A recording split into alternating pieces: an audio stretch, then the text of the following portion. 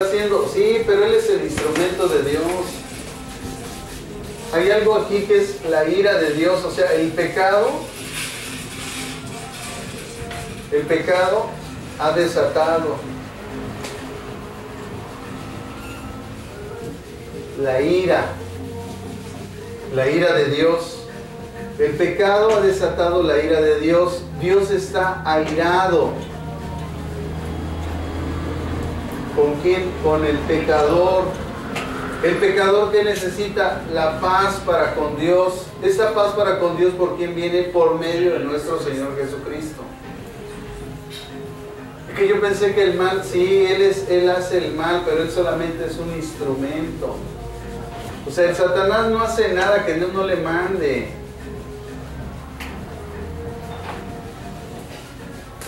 Satanás solo es el instrumento. O sea, la ira de Dios está sobre los pecadores y el instrumento es el diablo.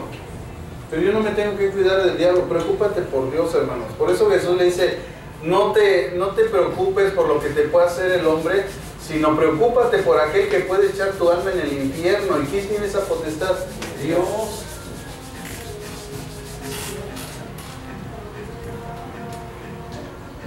Entonces, ¿por qué Job dijo, ¿recibiremos de Dios el bien y no el mal?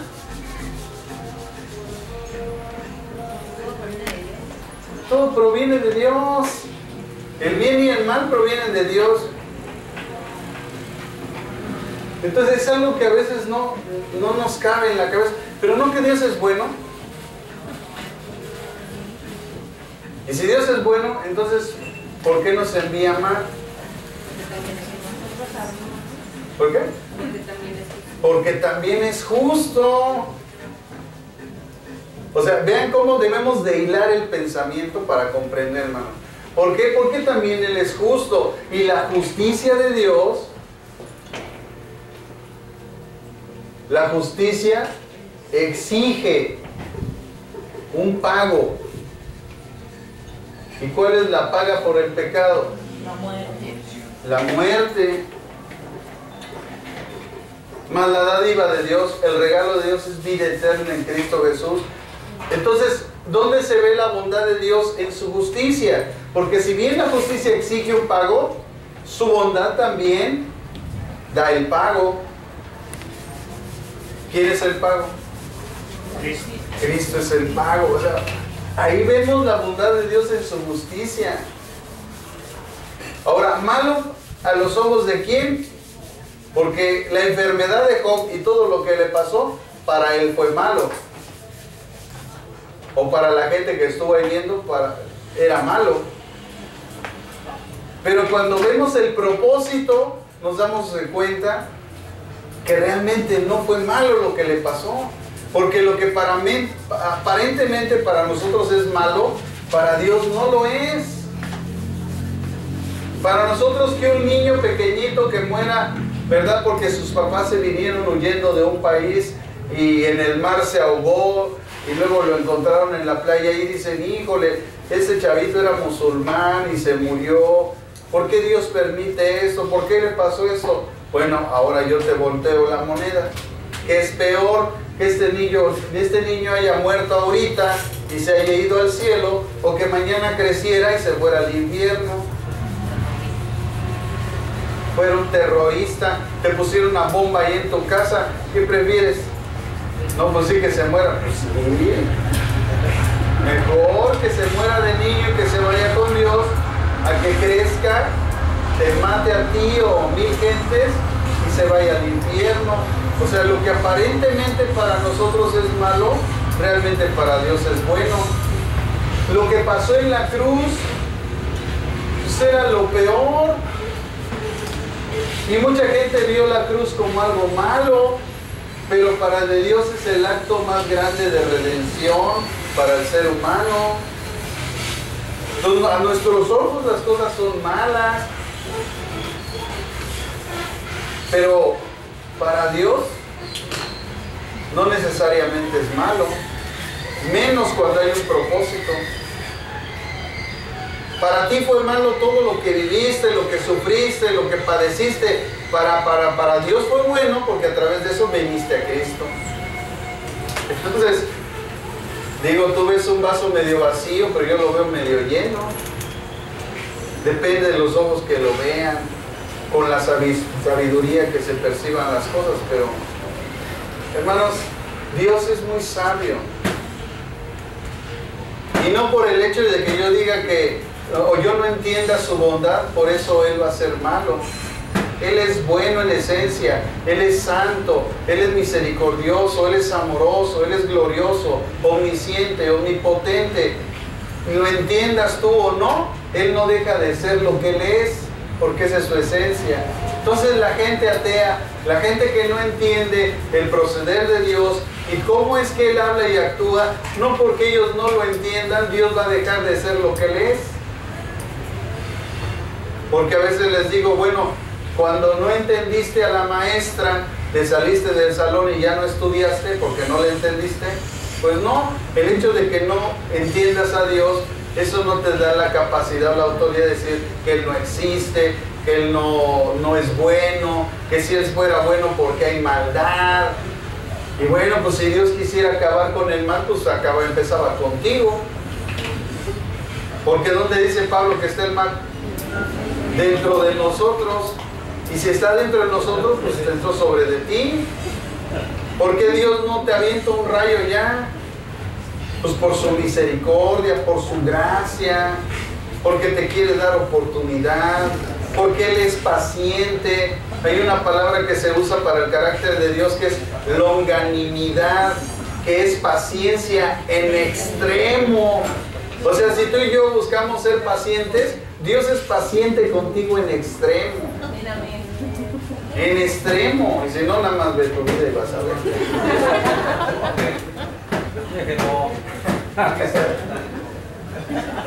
No vino, van a decir. No, sí, aquí está. Sí vino. Entonces, ese es el mensaje, hermanos. Recibimos el don del Espíritu Santo porque para vosotros es ¿qué? La promesa. ¿Para quién? Fíjense que como nosotros cuando agarramos el entendimiento dice, porque para vosotros es la promesa. ¿Por qué? Porque el pueblo judío tenía una promesa de parte de Dios de salvación. Para ustedes es la promesa. O sea, lo que Pedro les estaba diciendo, esto que está ocurriendo ahorita, no es otra cosa sino el cumplimiento de lo que Dios ya les había prometido. Entonces, el hecho de que ellos estuvieran escuchando este mensaje era porque había una promesa de parte de Dios para esa gente que estaba escuchando el mensaje. Por eso, hermanos, toda la gente que nosotros le llevamos el mensaje, le tenemos que hacer ver eso, enseñarles eso. Que el hecho de que te estoy hablando cumple a un propósito y a una promesa de Dios en tu vida de salvación. Pero la salvación ya no va a depender de Dios, va a depender de tu decisión. Y aquí el bien y el mal escoge. Ya es de tu voluntad. Ese es el mensaje entonces que Pedro les está presentando a la gente que está escuchando, los judíos que están escuchando este mensaje. Dice, porque para ustedes es la promesa y para vuestros hijos y para los hijos que están lejos. ¿Verdad? Porque había habido una dispersión del pueblo judío. Para cuantos el Señor llame.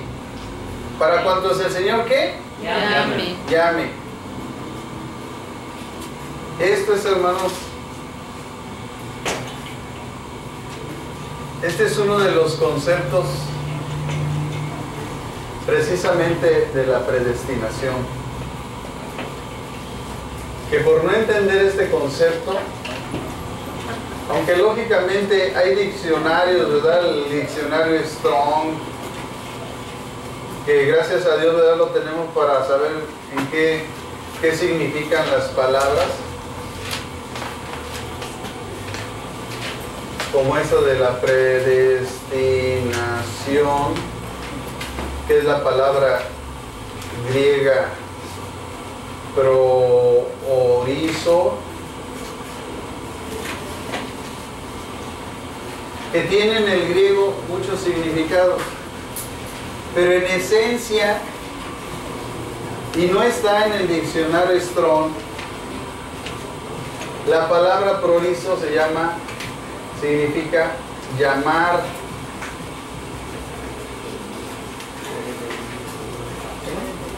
Entonces, ahí cambia nuestro concepto de predestinación, ¿no?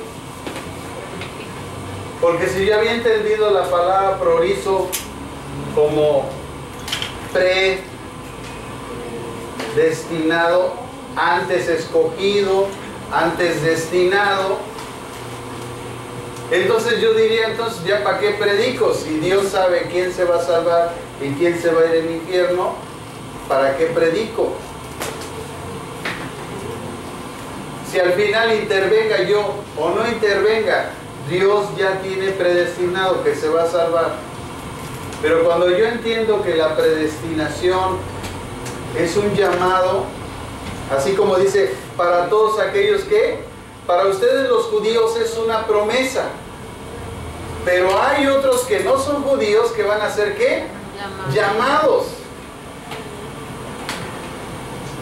Y entonces viene Jesús y Él enseña que que hay un rey que hizo una fiesta y mandó que llamar a quién, a los convidados, a los de la promesa, que eran los judíos.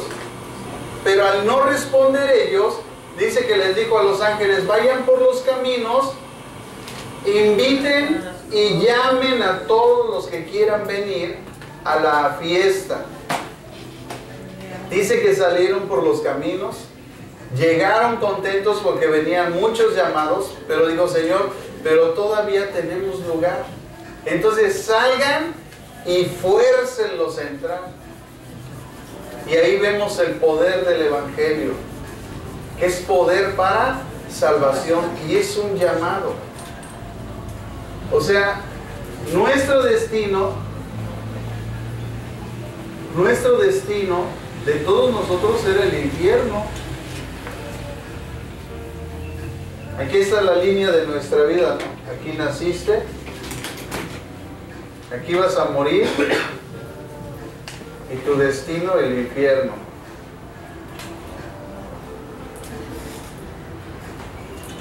Aquí estás, aquí naciste.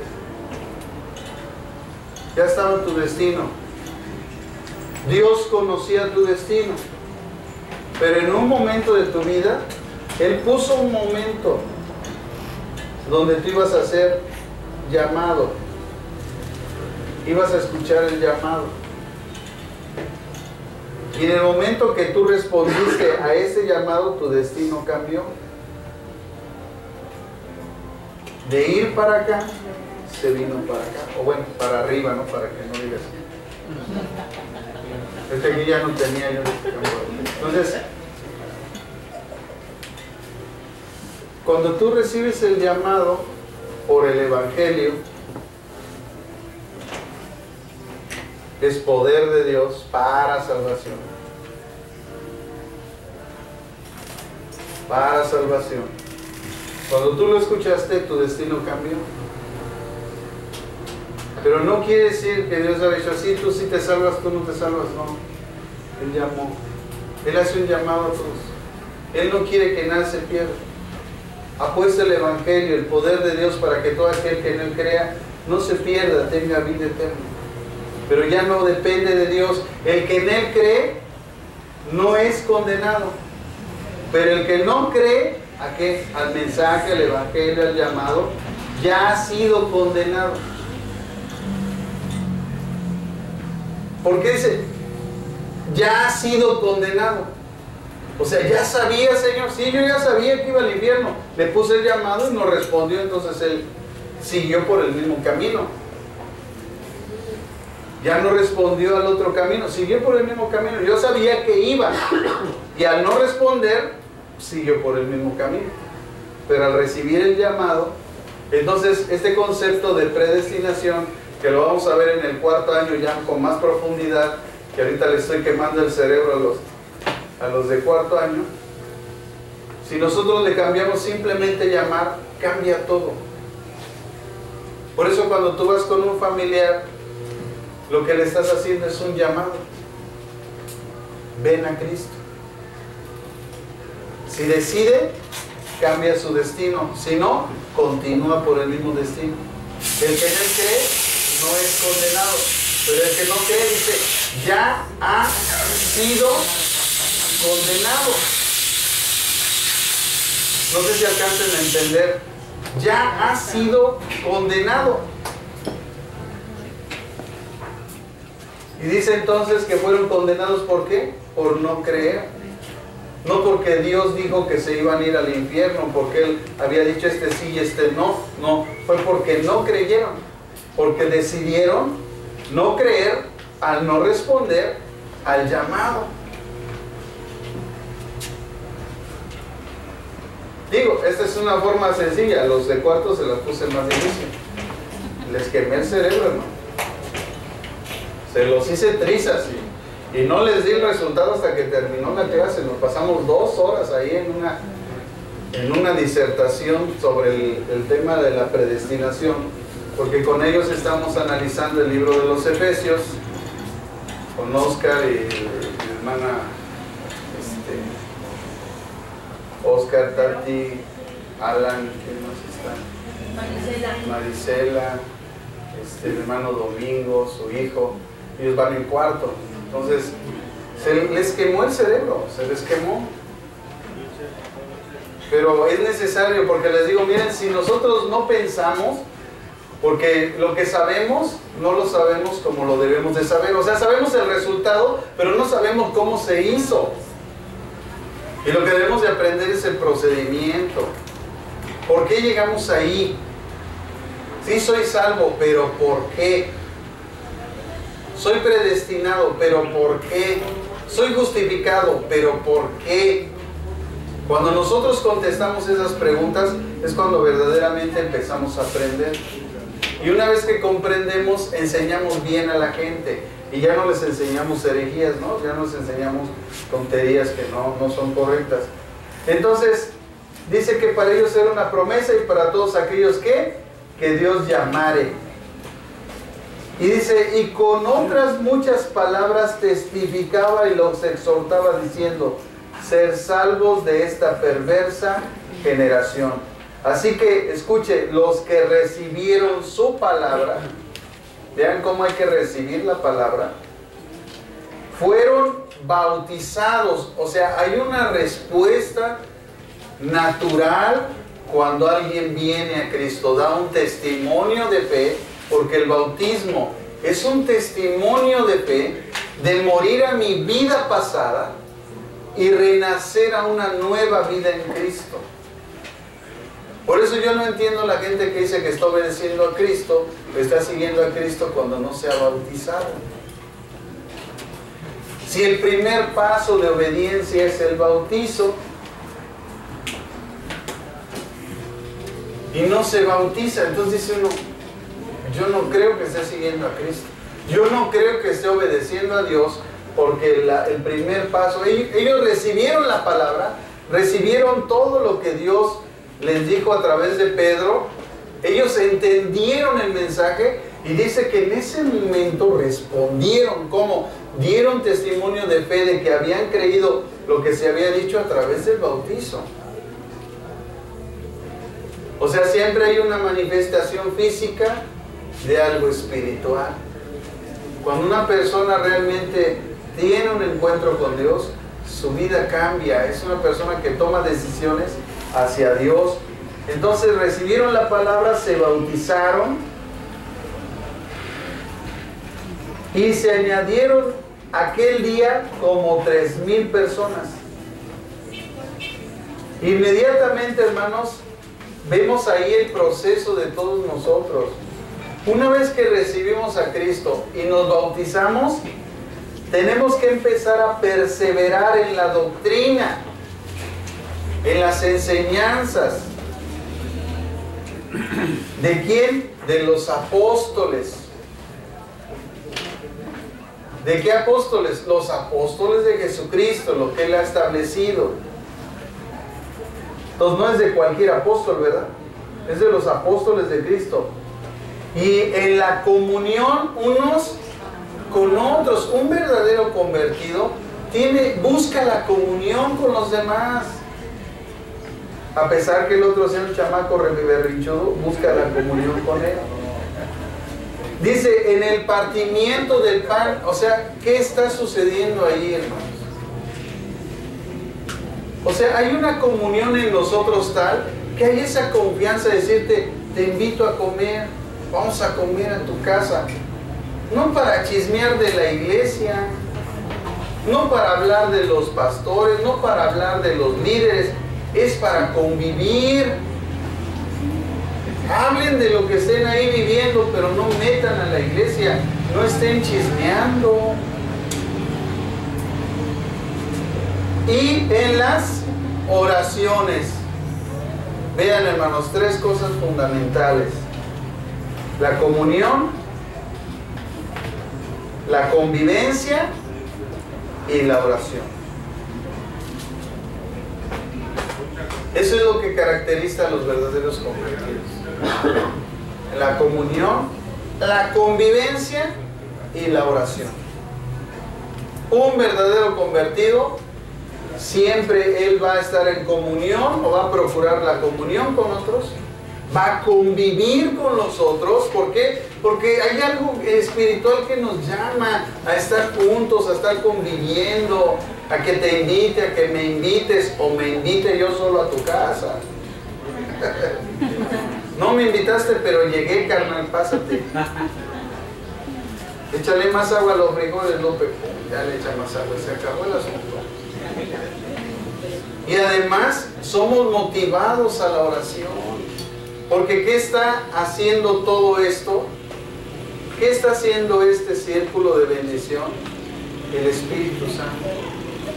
El Espíritu Santo nos llama a la comunión, el Espíritu Santo nos llama a la convivencia, el Espíritu Santo nos llama a la oración. Eso caracteriza a los verdaderos cristianos, y eso lo vemos claramente, hermanos, en el libro de los Hechos a través de este pasaje. Entonces, la gente que no quiere convivir, la gente que no quiere orar, la gente que no tiene comunión los unos con los otros, la pregunta es, ¿será realmente cristiano? Si le caemos gordos, si dice que aquí hay una bola de hipócritas, si dice que esta iglesia es una iglesia del diablo, y todas esas frases, hermanos, heréticas, blasfemas, que salen de la boca de la gente por su inmadurez, por su ignorancia, y a veces hasta intencional. No se dan cuenta que están vituperando el nombre de Dios. Porque yo no me puse, yo no un día me desperté y se apareció un ángel y me dijo, vas a ir al Esclalpa, vas a predicar. ¿A qué? A predicar. ¿Qué es eso? O sea, no, hermano, es que allá hay necesidad. No, pues hay más en Somalia. No fue así.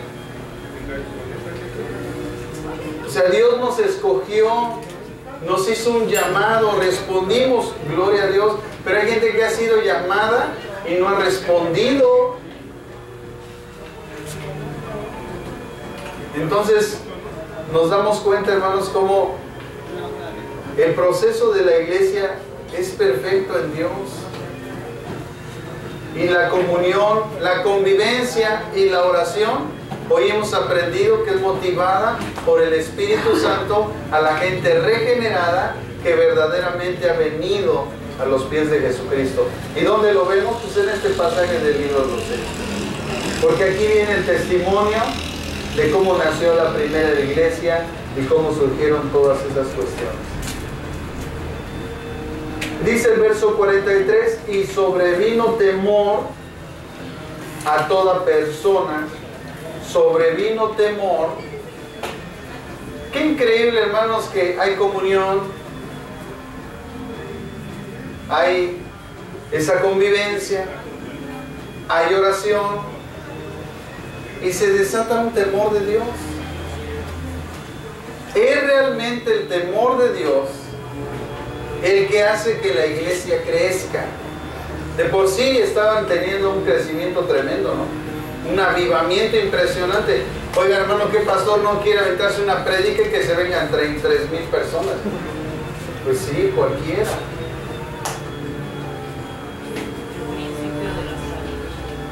Pues sí, es el temor de Dios, el principio de la sabiduría. Entonces, ¿qué está entonces diciendo la Biblia? Que había una iglesia sabia. Hay comunión, hay convivencia, hay oración. Es una iglesia sabia. Se traduce en eso. Porque el temor de Dios es el principio de la sabiduría. Entonces, ¿por qué muchas iglesias no tienen ese crecimiento, ese auge, esa visión? Pues porque no ha cumplido con estas características. Porque se necesita fomentar la comunión, la convivencia, la oración, para que haya sabiduría, porque al estar en oración con Dios, Él nos da sabiduría, pone el temor en nosotros de Él. Entonces la iglesia se vuelve sabia. ¿Y qué pasa después? Primero los mandaron a que estuvieran unánimes. Sí, pues digo, eso fue lo primerito, digo, pero pues estamos aquí hablando de cuando le predicó a los inconversos. A los inconversos. Entonces aquí están haciendo una iglesia de inconversos y está manifestando esto, por eso lo estamos siguiendo. Porque la iglesia de Jesucristo ya tenía a Cristo, los apóstoles ya lo tenían. Estaban ellos unánimes juntos, pues sí, pues había comunión por el Espíritu Santo, estaban en oración, estaban en una convivencia, o sea, se vuelve a poner el mismo parámetro. Pero aquí estamos con gente que no conocía de Dios, que había venido un derramamiento del Espíritu Santo, que no sabían qué habían pasado, al grado que decían que estaban borrachos. Pedro les predica y le dice, no, esto es lo acontecido en el libro de Joel, esta es la promesa, y les empieza él, ¿verdad?, a redarguir de sus pecados. Viene el arrepentimiento, viene entonces la conversión y la evidencia de la conversión, que es el bautismo, que es el primer paso de obediencia, y se empiezan a manifestar en la vida de estas personas, ¿verdad?, ellos perseverando en las enseñanzas. Ese aprender de los apóstoles trajo a su corazón la comunión, la convivencia, la oración. La oración trajo el temor de Dios, y entonces dice que empezaron a ver maravillas y señales. Porque así es como Dios respalda a su iglesia. Y eran hechas por los apóstoles. Todos los que habían creído estaban juntos, tenían en común todas las cosas. ¿Cómo estaban primero? Juntos. Tenían en común todas las cosas. Es decir, que un propósito, el mismo propósito, era para todos. Vamos a hacer este evento, vamos a hacerlo. Es un evento de mujeres. ¿Quiénes tienen que ir? Las mujeres de la iglesia. Es un evento de varones. ¿Quiénes tienen que ir? Los varones de la iglesia. Es un evento de matrimonios. ¿Quién tiene que ir? Los matrimonios. No van a venir otra gente de otros lados, a menos que los invitemos. Pero nosotros tenemos que participar. Entonces lo que se está motivando es a una participación. Por eso cuando se hacen los eventos multitudinarios de las diferentes congregaciones, de las alianzas pastorales, es increíble que vaya un pastor y no vaya a su iglesia. Porque si yo tengo 20 personas y las convoco para un evento donde vamos a participar 40 o 50 personas, 40 o 50 iglesias, pues ¿quién debe de ir? Pues mi iglesia. Y si no va mi iglesia, ¿qué quiere decir? Pues que no estoy pastoreando a nadie. Porque si el pastor habla y nadie lo sigue, pues ¿pastor de qué es? Han de decir que como la iglesia es lo mismo, pues va, como va usted, va a encontrar. Sí, no saca frases, ¿verdad? Y si nadie me sigue, entonces ni al líder llego, porque el líder es caracterizado porque tiene seguidores.